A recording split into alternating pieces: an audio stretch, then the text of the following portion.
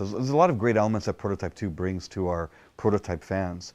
You know, of course, the ultimate power fantasy is by far the one thing that we keep extending in this game. And for all the people that have ever played the first Prototype, they have a story to tell.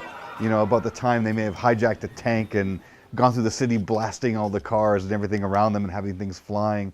You know, everyone has a story about how they've handled a situation, whether in story mode or in free mode or in something. And the same thing continues with Prototype 2. You know, I have my own story that I love telling, and I'd like to tell again, which is when I was taking on a tank and had all these soldiers around me with rocket launchers, and in came a strike team. So I picked up a car and launched it at the chopper and damaged it, and picked up another one and realized I didn't want to get strafed anymore from the tank or from the soldiers, and had a really, really tall skyscraper and just ran up the top of the building, seeing, you know, the reflection as I'm riding up. Get to the top, the choppers come up, I nail the damaged one, destroying it, jump on the other one, rip the weapon system off, falling down, unload it, destroy it, throw the weapon system down, look down, equip my hammer fist, nail and destroy the tank. At that point in time, I've been up for a finisher, do a devastator, and it's quiet, right? And for me, I felt like I was the most ultimate badass ever. And I had done something other players may not even thought about doing.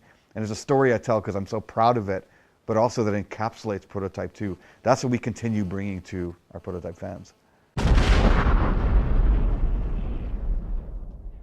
You know, for those that may have not enjoyed the first Prototype game for several reasons, why come to Prototype 2? You know, we spent a good amount of time looking at user blogs and forums and looking at reviews to try and understand the places where we may have not delivered like we wanted to. And it was really important to us to do that. For example, there were those that said, look, the game was kind of unfair. I got hit from behind, from the side, and I died where, you know, I had no control over dying. So I got frustrated and threw the controller and didn't want to play. Or I couldn't connect to Alex. I just couldn't connect someone with amnesiac who didn't embrace his powers and who was kind of so different in one shape and another.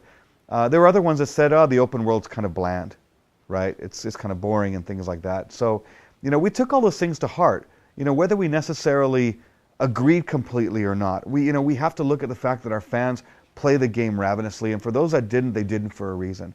And so we worked to make the world much more visually appealing. We upped the quality of the world and upped the variety in the world. You know, we modified the AI so they interact with each other and the player so the world is more alive. We created a story around a new protagonist, right, that really had an emotion, you could get an emotional attachment to, made it very clear in the motivation, and then created the epic story where the story of our protagonist clashes with what Mercer is doing and drives towards a great climax, right? Those are all important to us. And of course, in terms of the combat, being able to have great enemy tell, so you as a player have better control over that combat and what you do and solving those situations, and also supplying modes that are non-combat. The hunting mode, when you're proactively using sonar to echolocate a target, or the stealth consume mode, where you're trying to tactically find out who to consume to get to a target as well.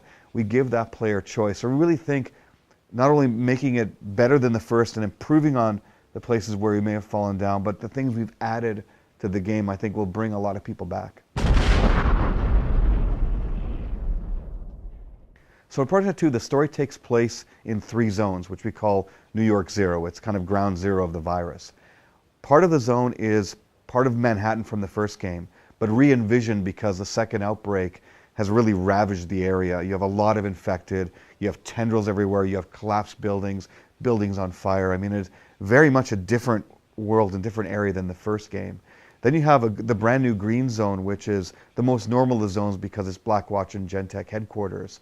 And then the yellow zone, again, a separate zone where all the survivors really from the red zone have been marshaled into. It's very overcrowded, a lot of despair, and Gentek and Blackwatch are conducting experiments on that population. So 3 very distinct zones in feeling and in ambience and in look and the kind of missions and story that are being told. So I think it's very, very exciting. It's really the evolution of New York in the first game. So we're very excited to reward our early adopters of the game, our most loyal fans, the ones that pre-ordered the game, the ones that come day one to buy it. Is the RadNet Edition is a thank you to them. And what the RadNet Edition does is over a 7-week period of time, for 5 of those 7 weeks, after ship date, which is April 24th, we unlock events and challenges in the world. And events, you know, are fun things to do with your core combat. They're not tied into the story at all. And what they do are take things like a power and say, eviscerate so many enemies with this power over a certain period of time. Right, or fun gameplay where you're dive bombing targets or you're driving choppers around through key points over and around the terrain. Really fun things like that. And then when you take the events, we'll give you rewards, things like skins or new mutations and vignettes that we've created to give you a behind-the-scene look at Prototype 2 from Radical's perspective. And then, of course, leaderboard challenges, which are a lot of fun. You challenge the high scores of your friends. So they've got a high score in one of the challenges, and you try and beat that high score and go back and forth. And we at Radical love doing that and play it actually quite often ourselves. And in 2 of those 7 weeks, actually weeks 3 and weeks 6, I believe, those are freebie weeks where we allow players to catch up on those events and rewards and challenges and give them things like free Xbox avatars and free PS3 dynamic themes. And after the 7th week, anyone who's completed those events, we're going to give what we call the ultimate unlock. A real big thank you to those early adopter fans. And those things will stay unlocked after that entire time, after the 7th week. So we really, again, it's our best way of giving a really cool reward to our early adopters. The main point of Alex's plan is... I'm sorry. I know that was awful, but the best part of that story is that surprise. Merci beaucoup.